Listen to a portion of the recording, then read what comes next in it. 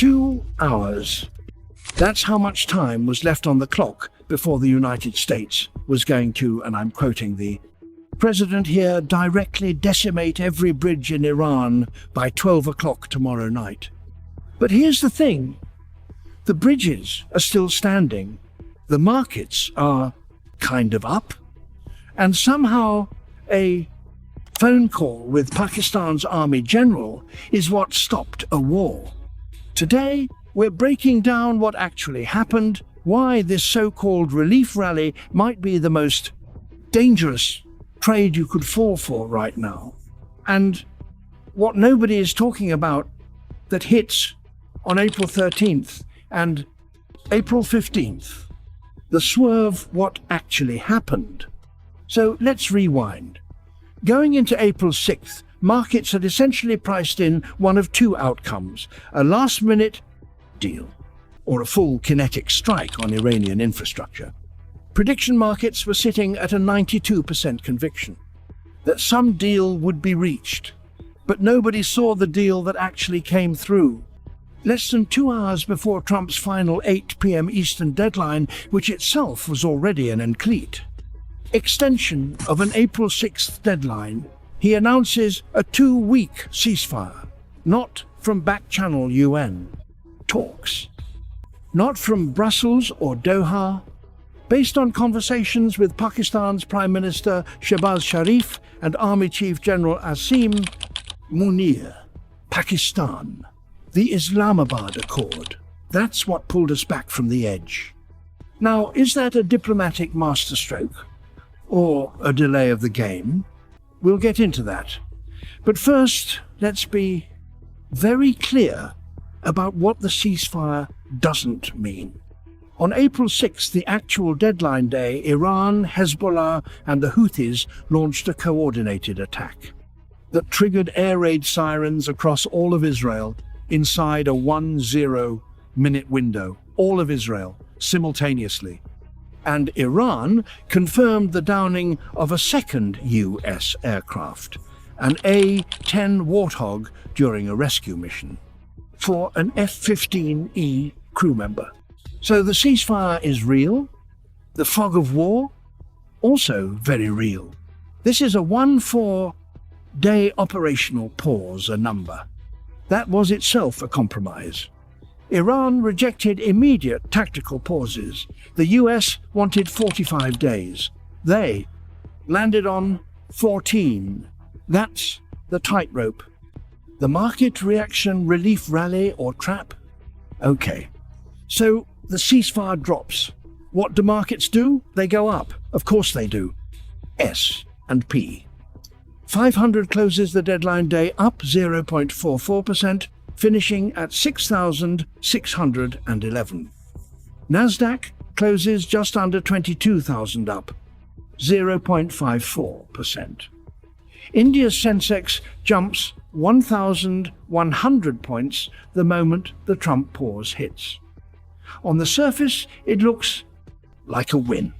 But here's what I actually want you to look at. Brent crude pulls back from its peak of $118 down to around $111. Sounds like progress until you zoom out and realize oil is still up 74% year over year. 74%. That's not a war premium that fades quietly. Analysts at Global X ETFs nailed it. Markets right now are trying to price two completely different futures simultaneously.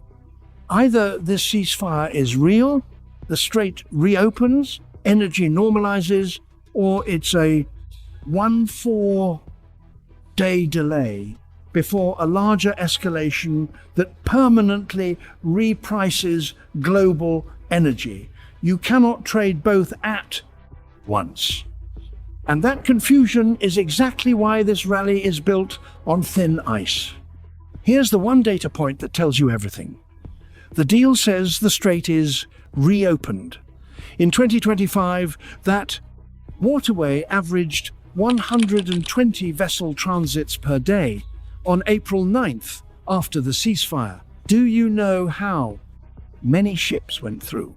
7. 7 ships. And over 600 vessels, including 325 tankers, are still stranded in the Gulf.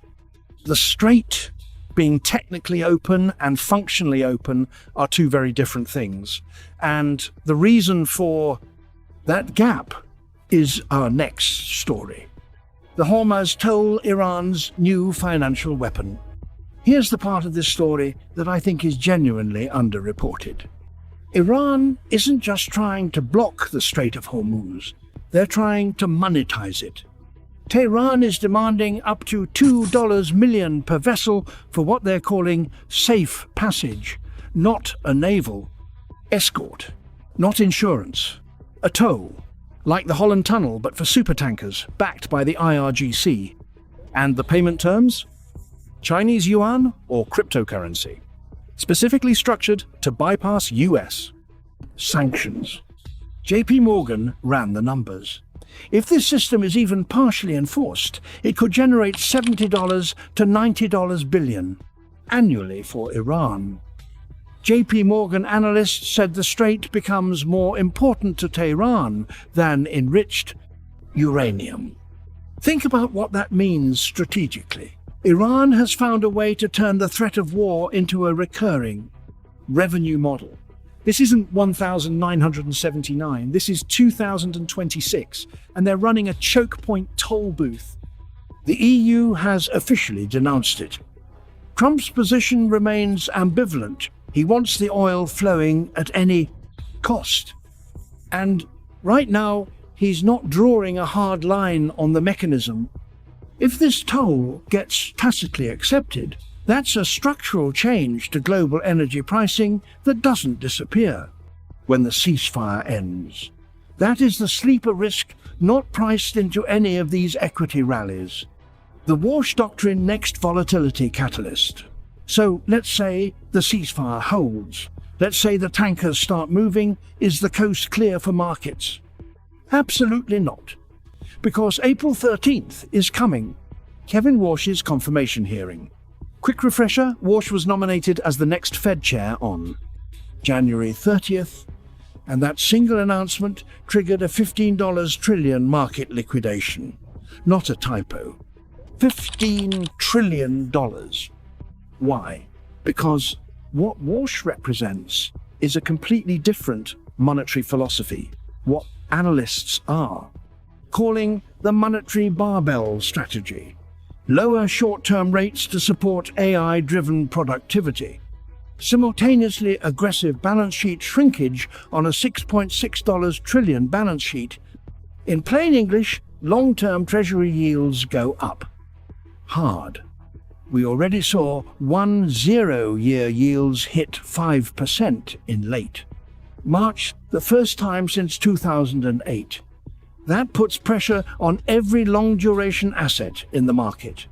Growth stocks, real estate, leveraged buyouts, all of it. But here's the wrinkle, Senator. Tom Tillis is blocking the confirmation vote entirely, demanding the DOJ conclude its criminal probe into Jerome Powell over Fed building renovations before Warsh even gets a vote. So, confirmation hearing April 13th, a Senate blockade, a market still spooked from January, and 10-year. Yields threatening to go parabolic.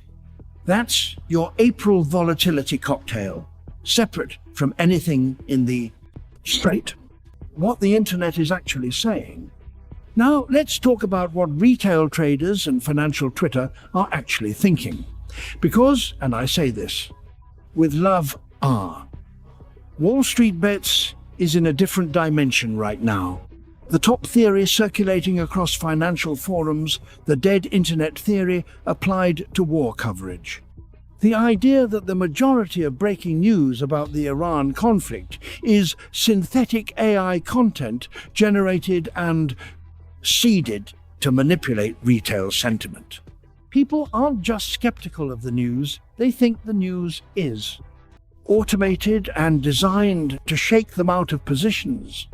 On investing, there's a full debate on whether Warsh is a Trojan horse nominated by Trump to cut rates. but secretly planning a Volcker-style tightening to break the back of the OBBBA-fueled debt. The trade getting real traction. Retail is rotating out of Mag 7 big tech and into hard commodities and gold. Fearing Gulf sovereign wealth funds will liquidate US tech holdings to cover war budget gaps. And you need to know this word, SaaSmageddon. It describes the February AI software sell-off. Investors now want proof that AI productivity gains are showing up in real earnings, not just hardware build-outs. Speculative narrative alone isn't cutting it. The big picture plus Ober wildcard. Let's put it all together. We are in market no man's land. A geopolitical ceasefire that's real but fragile.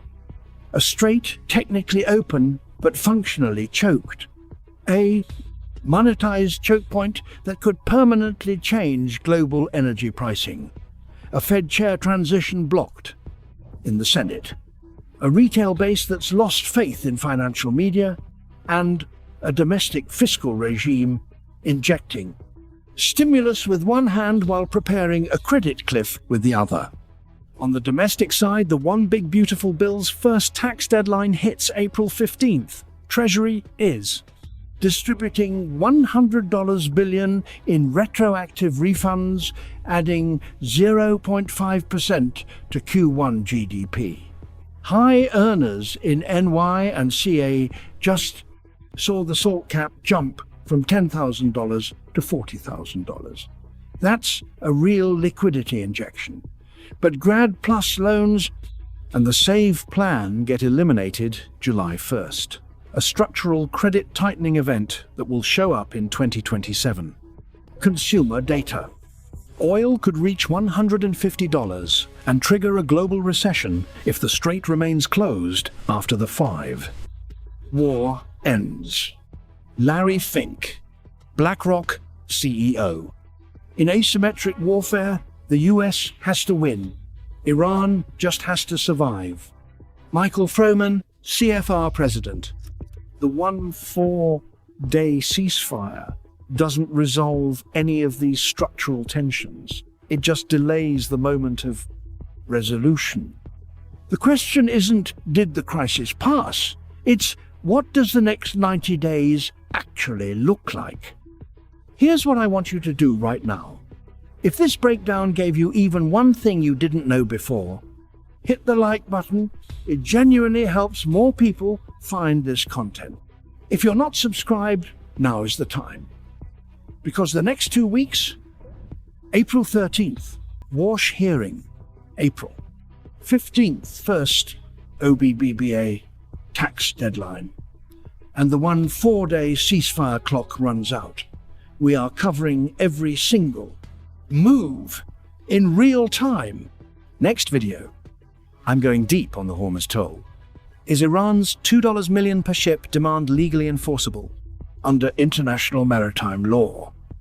And what does it mean for your energy portfolio if it is dropping in the next 48 hours? Make sure the bell icon is on. Stay skeptical, stay liquid, and I'll see you in the next one.